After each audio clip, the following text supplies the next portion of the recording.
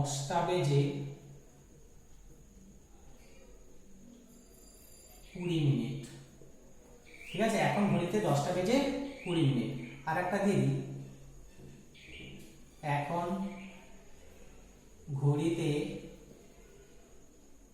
3টে বাজতে 2 মিনিট বাকি। এই ধরনের ক্ষেত্রে ইউজ হয়। দেখো এটা, দেখো ঘড়িতে 10টা বেজে 20 মিনিট মানে অতিরিক্ত হয়ে গেছে, তো এই ফরমেশনটা ইউজ করব। ইট ইজ, বাকি অতিরিক্ত সময়টা বসাবো, ইট ইজ 20 মিনিটস। 20 মিনিটস অতিরিক্ত সময়টা বসাবো, ইট ইজ 20 মিনিটস।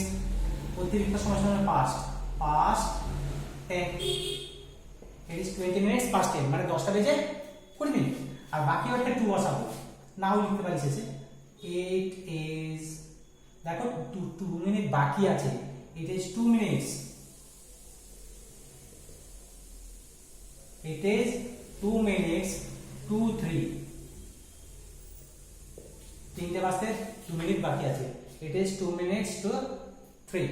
তো এই জিনিসগুলো আমরা শিখে গেলাম প্রিপারেটরি ইনফিনিটিভ উইথ ইট। ঠিক আছে, সময় কিভাবে বাকি সময় হলে বলবো, কিভাবে অতিরিক্ত সময় হয়ে গেলে বলবো, সেই জিনিসটাও শিখে ফেললাম। আর 15 মিনিট বাকি অর্থে কোয়ার্টার ইউজ করবো। এখানে দেখো 20 মিনিটস যে বাকি লিখছি, সেখানে হাফ কোয়ার্টার, এই ক্ষেত্রেও তাই কোয়ার্টার। যদি 15 মিনিট হয়ে গেছে, 15 মিনিট বাকি আছে, এই ক্ষেত্রে it is a quarter to 3, 15 minute বাকি আছে। আর 15 মিনিট হয়ে গেছে, 10টা 15 হয়ে গেছে, সেক্ষেত্রে ইট ইজ আ কোয়ার্টার ফার্স্ট 10, 10টা 15 হয়ে গেছে। ঠিক আছে, তাহলে ইনফিনিটিভ উইথ এটাও শিখে ফেললাম। তারপর শিখে নেব infinitive with it is time. It is time, infinitive with it is time.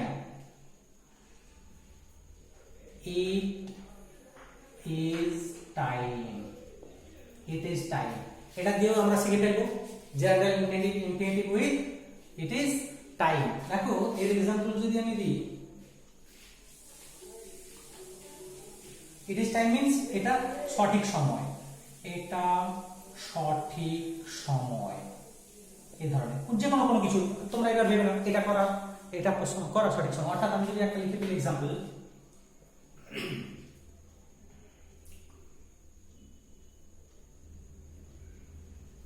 পাঠটি সম্পূর্ণ করা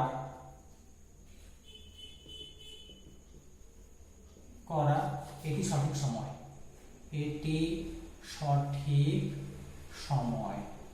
ঠিক আছে, একটা লিখে ফেললাম, আর একটা লিখে ফেলো,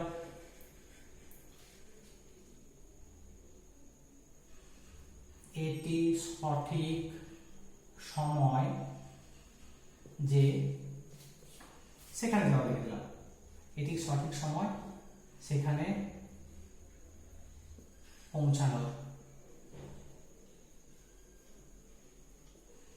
সেখানে পৌঁছানোর এটি সঠিক সময়। এই এটি সঠিক সময়কে তোমরা যা খুশি তাই বানাও নিজেরা। তো কিভাবে হয় সেটা একটু জেনে নাও। তাহলে কি লিখবো, ইট ইজ রাইট টাইম লিখতে পারি, বা it is time. It is right time লিখতে পারি, বা it is time. It is time, তারপরে ইনফিনিটিভ ইউজ করবো টু। ঠিক আছে, তারপরে ইনফিনিটিভটা ইউজ করতে পারি টু। তাহলে it is time to complete, সম্পূর্ণ করা, টু কমপ্লিট দা লেসন। দেখো it is time to complete the lesson, মানে লেসনটি সম্পূর্ণ করা এটা সঠিক সময়। আবার দেখো এটা সঠিক সময় সেখানে পৌঁছানো, সেখানে পৌঁছানো এটি সঠিক সময়। একই রকম ভাবে ইট ইজ টাইম, বা রাইট টাইম লিখতে পারো, it is time to, it is time to পৌঁছানো, ইংলিশ কি রিচ, টু রিচ দেয়ার, সেখানে পৌঁছানোর এটি সঠিক সময়। এরকম তোমরা অজস্র সেন্টেন্স ভাবো আর ইংলিশে করে ফেলো।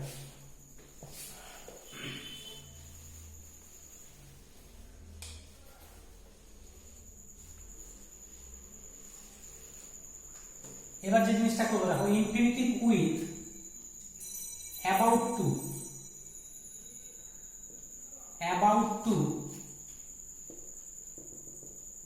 বাট,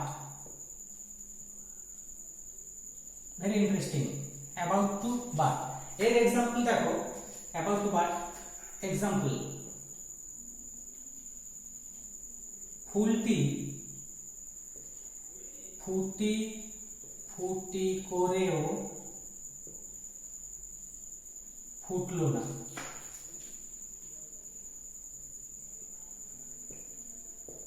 ফুলটি ফুটি ফুটি করেও ফুটলো না। আর একটা এক্সাম্পল দিয়ে দিই, লোকটি ছেলেটিকে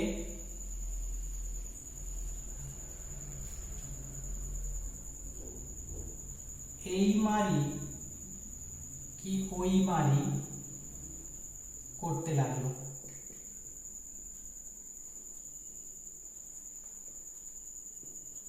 ঠিক আছে, লোকটি ছেলেটিকে এই মারি কি ওই মারি করতে লাগলো। দেখো infinitive with about to, about to মানে কি বলতো, প্রায় কোনো কিছু হতে চলা, প্রায় কোনো কিছু হতে যাচ্ছে। দেখো আমি প্রথম সেন্টেন্স, ফুলটি ফুটি ফুটি করেও ফুটলো না, লোকটি ছেলেটিকে এই মারি কি ওই মারি করতে লাগলো।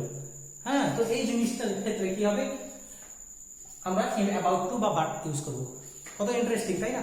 এই জিনিসগুলো দেখবে জেনে গেলে তোমাদের মধ্যে কনফিডেন্স চলে আসবে যে আমরা আমরা অনেক ইংলিশ, মোটামুটি এই জিনিসগুলো আমরা ইংলিশগুলো করতে পারছি, বাংলা থেকে ইংলিশ করতে পারছি, তাই না? তো এই জিনিসগুলো খুব ভালো করে মন দিয়ে শুনবে এবং শিখে নেওয়ার চেষ্টা করবে, তাহলে ইনফিনিটিভ ক্লিয়ার হয়ে যাবে পুরো। এইটার পরে আমি কিভাবে জয়েনিং করা হয় ইনফিনিটিভে সেটা ফরমেশন ঝপ করে দেবো। তো শোনো, এটা ইংলিশ করি। ফুলটি ফুটি ফুটি করেও ফুটলো না। দেখো ফুলটি, দ্য ফ্লাওয়ার,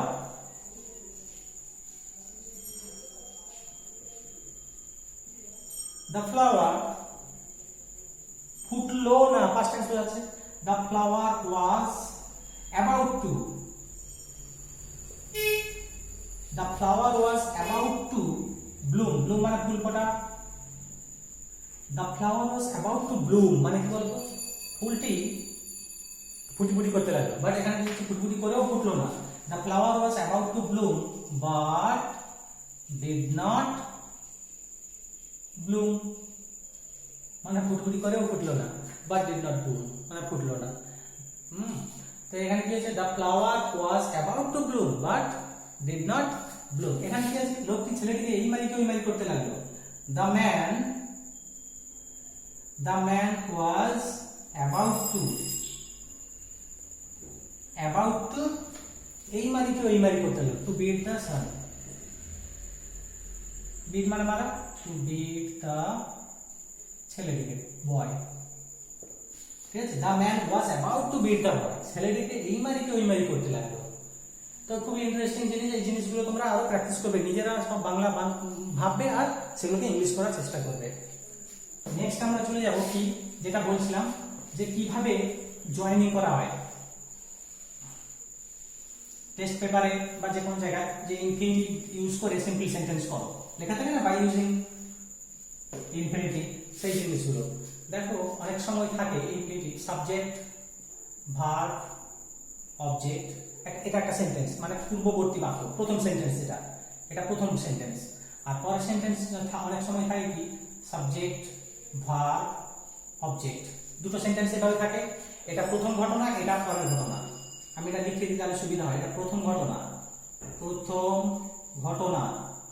আর এটা কিন্তু পরের ঘটনা। ওকে, এতে এই দুটো সাবজেক্ট একই, বলেছে বাই ইউজিং ইনফিনিটিভ, ব্র্যাকেটে কি লেখা থাকবে, by using infinitive, join by using infinitive, join by using infinitive. Infinitive দিয়ে কিভাবে আমরা জয়েনিং করে ফেলবো, খুব ইজি। দেখো এই সাবজেক্টটা বসিয়ে দেবো, ভার্ব বসিয়ে দেবো, অবজেক্ট বসিয়ে দেবো, প্রথম ঘটনা পুরোটা বসে গেল। তারপরে কি হবে, যেহেতু দুটো সাবজেক্ট একই, তো সাবজেক্টটা উঠে যাবে। এখানে কি হবে, ভার্ব, ভার্বের আগে টু ভার্ব করব, কারণ ইনফিনিটিভ কথার অর্থ কি, টু প্লাস ভার্ব, ভার্বের আগে টু যোগ করব, টু প্লাস ভার্ব, তারপর অবজেক্ট। তাহলে কি করলাম, এই ভার্বটা চলে এলো, টু ভার্ব হয়ে গেল। আর এই ভার্বটা কিন্তু প্রেজেন্ট ফর্ম হবে, এই ভার্বটা পাস্ট থাকুক যাই থাকুক, কিন্তু এটা সবসময় কি হবে, প্রেজেন্ট ফর্ম হবে, কারণ এর কনজাগেশন হয় না, প্রেজেন্ট ফর্ম হবে। হয়ে গেল, সাবজেক্ট, ভার্ব, অবজেক্ট বসে গেল। সাবজেক্ট যেহেতু দুটো, তার জন্য একটা বসেছে, তারপরে ভার্বটা টু ভার্ব হয়ে গেল, তারপর অবজেক্ট। এই যদি আমি একটা এক্সাম্পল দিয়ে দিই তাহলে কি হবে, অজস্র এক্সাম্পল করতে পারো তোমরা। ঠিক আছে, Ram went to market,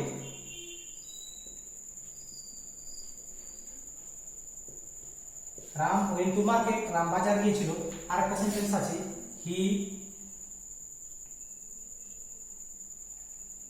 he bot a বুক, সে একটা বই কিনেছিল, হি বট আ বুক। তো এইটাকে, এই দুটো সেন্টেন্সকে আমরা কিভাবে করব? Ram went to market, he bot a বুক। দেখো প্রথম সেন্টেন্স, প্রথম ঘটনা কোনটা? রাম বাজারে গিয়েছিল, এটা প্রথম ঘটনা, প্রথম ঘটনা বসিয়ে দেবো। Ram went to market, Ram বাজার গিয়েছিল। দেখো ভার্ব কোনটা? হি বলতে রামকে বুঝিয়ে যাচ্ছে, হি লিখবো না। বট কিনেছিল, বটের প্রেজেন্ট ফর্ম কি? বাই, তার আগে টু বসে দেবো, টু বাই। টু বাই কি কিনতে? টু বাই আ বুক, বই কিনতে গেছিল, হয়ে গেল কিনা? Ram went to market to bought a book, Ram went to market to buy a book. এখানে দুটো সেন্টেন্স ছিল, এটা একটা সেন্টেন্স করে ফেললাম কি করে? এই ভার্বটাকে টু ভার্ব করে, টু বাই করে। ঠিক আছে, যখন আমরা টু দিয়ে করবো তখন কিন্তু এটা প্রেজেন্ট ফর্ম এসে যাবে। তাহলে Ram went to market to buy a book, বুঝতে পারলে? একদম খুব ইজি। আর একটা ফর্মেশন কি, খুব ইজি, যখন এখানে টু ভার্ব থাকবে, আর একটা করে দিই তো বুঝতে সুবিধা হবে। এইভাবে সেন্টেন্স গুলো ভাবো আর করে ফেলো ঝপঝপ করে।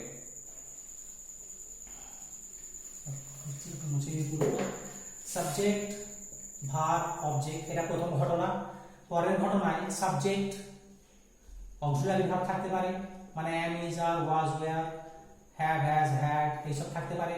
তারপর টু ভার্ব ধরো এখানে আছে, এক্ষেত্রে টু প্লাস ভার্ব অনেক সময় থাকে, সেই ক্ষেত্রে আমরা কিভাবে? সেন্টেন্স তো দুটো একই, টানাই রয়েছে সেম, সেক্ষেত্রে কি করব? একদম প্রথম ঘটনা বসিয়ে দেবো, তারপর দেখো এই টু ভার্ব থেকে তুলে দেবো, এটা পুরোটা উঠে যাবে। ঠিক আছে, পুরো টু ভার্ব থেকে বসিয়ে দেবো, টু ভার্ব অবজেক্ট, ওই টু ভার্ব থেকে বসিয়ে দেবো। তাহলে সাবজেক্ট, ভার্ব, অবজেক্ট বসে যাচ্ছে, এটা উচ্চ হয়ে যাচ্ছে, তারপরে টু ভার্ব পুরো চলে আসছে, তারপর অবজেক্ট। টু ভার্ব থাকলে টু ভার্ব বসিয়ে দেবো।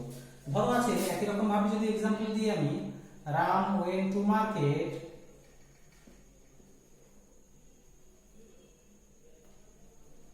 রাম ওয়েন্ট টু মার্কেট, আর একটা সেন্টেন্স ধরো আছে, এখানে লিখে দিই, হিজ ইন্টেনশন